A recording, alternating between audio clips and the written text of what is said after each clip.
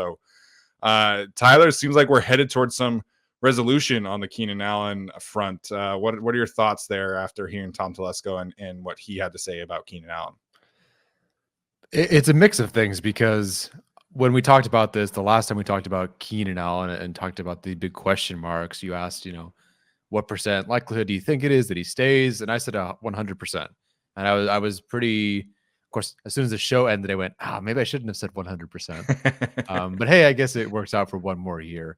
What really surprised me was how committed it seemed they were to him, and almost like maybe you're sort of playing it in the media sort of way, like, hey, like, we're going to bat for you for sure. Like, we're going to keep you, but also like we're going to let everybody know that we want you. But I mean, it was the Chargers social media team. It was the way Tom Telesco talked about him.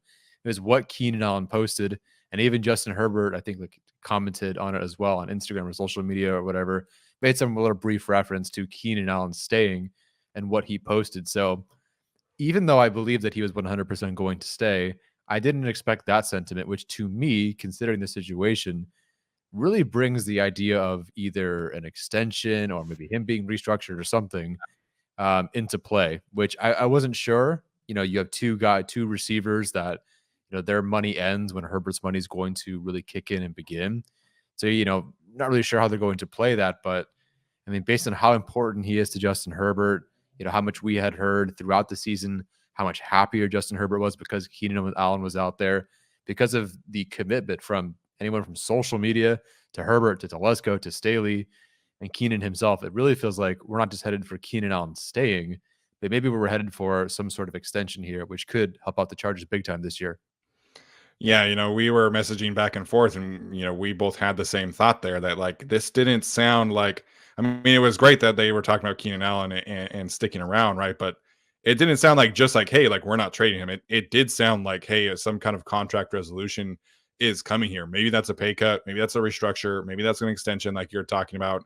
And I agree with that. Like the two of us, messaged back and forth in our group chat with Arjun. We're like, hey, so what is it? What would an extension look like for Keenan Allen? And Arjun's busy doing his own thing. He didn't have like the time to sit down and do a mock up here. But the Chargers could effectively do the same kind of cap clearing by restructuring him that an extension would provide.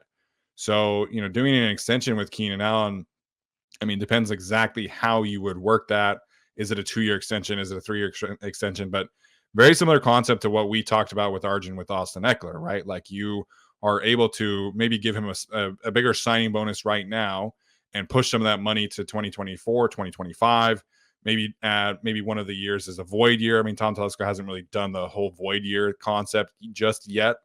But that would be another good option for them to, be able to have some flexibility there. So, I think doing an extension for Keenan Allen makes sense. Like he showed down the stretch of last season that he still is able to play at a high level. And if you're confident that, he's not going to have any injury concerns going down the road, that you think his game will age really well, then doing an extension would make sense, even if it's just a 1-year extension, right? Like they did with Denzel Perryman back in the day. So this is, I think, good news on the cap front because, we were kind of doing the restructure numbers and it's like, oh my gosh, like these numbers get really high in 2024 for these, older players. But if you're able to tack on even just with that one more year for the Chargers, I think that really would give them a lot of flexibility for, the Justin Herbert extension era. Yeah, I mean, is Keenan Allen going to be his peak? At some point, no. But at the same time, you almost feel like you're seeing this potential for an upswing here because, as long as he stays healthy, there's nothing about the numbers when he was on the field that suggest, oh, here's the cliff. Like, here we go. No, this was a very, very good player who has insane chemistry with the quarterback. So them making this deal with the particular skill set that they have, can you have two guys making a ton of money through Herbert's entire contract? No, unlikely that's going to happen. But yeah, I'm not saying these are the same players. The Chiefs got rid of Tyreek Hill, but they did have Travis Kelce. And even if they decide to get rid of, Mike Williams down the line next year, who knows? Maybe he's banged up again. They just have to move on because somebody has to go at some point. Keenan Allen or Justin Herbert still needs a guy. And in a class that's not so great, when you're cap strapped as is, there's no immediate play at wide receiver one where it's like, we're going to go get Herbert's new guy in round one. I don't really feel confident about that. There's Yeah. nobody in free agency, especially with the money they have, where we can say, okay, they're going to go get Herbert's new guy. No, it's not going to happen. Right now, they have a guy that he loves, and I'm happy with them committing to them, to him for at least another year or so. I don't want it just to be some long-term extension. I'm sure there's a very smart out in here, like you talked about with the Austin Eckler contract. We figured, maybe a 2-3 year extension, but it's really like a one more year extension, but it's Right. still beneficial for both sides. So I'm all for it. I really am. Yeah, I think this would make sense. And talking about the draft class and this being the combine and things like that, like I think if this wide receiver draft class were last year's class or the year before that class, I think you are having a different conversation about Keenan Allen and his future, or maybe you're having a different conversation about Mike Williams, right? But this receiver class is not the class to say, "Hey, let's go get our future wide receiver one here at 21," because I just don't think that is the case with this group.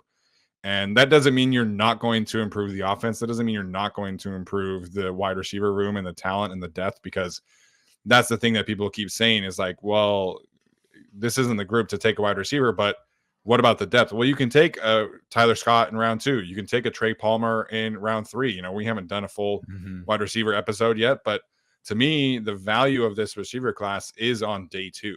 And you're still able to go out and get a speed threat to really kind of open some things up and accomplish the same kind of thing that drafting in Jalen Hyatt would be in the first round. So I know there's a lot of people in our channel, on Twitter, on Facebook, who will say you have to take a wide receiver in round 1 this year. And I would push back on that. I think this is not the class to do that kind of thing, and you don't need to. And, a part of this is also Tom Telesco, including Josh Palmer.